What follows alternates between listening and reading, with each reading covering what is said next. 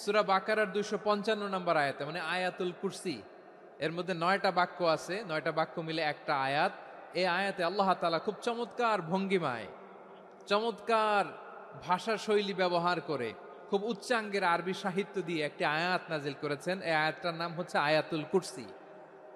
বিশ্বনবী বলেন, মান কারাআ আয়াতাল কুরসি দুবুরা কুল্লি সলাতিন মাকতুবাতিন লাম ইয়ামনাহু মিন দুখুলিল জান্নাতি ইল্লাল মাউত। প্রত্যেক ফরজ নামাজের পরে যে আয়াতুল কুরসি পড়বে তার জান্নাতে যাওয়ার ক্ষেত্রে আর কোনো বাধা থাকে না, একটা জিনিস ছাড়া, সেটা হচ্ছে মৃত্যু, মরণ। লোকটা মরে না তাই জান্নাতে যায় না, মরলেই জান্নাতি। এই আয়াতুল কুরসির এই আয়াতে আল্লাহ তাআলা খুব স্পষ্টভাবে নিজের পরিচয় তুলে ধরেছেন।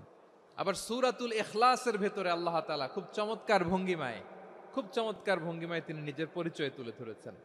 অনুরূপভাবে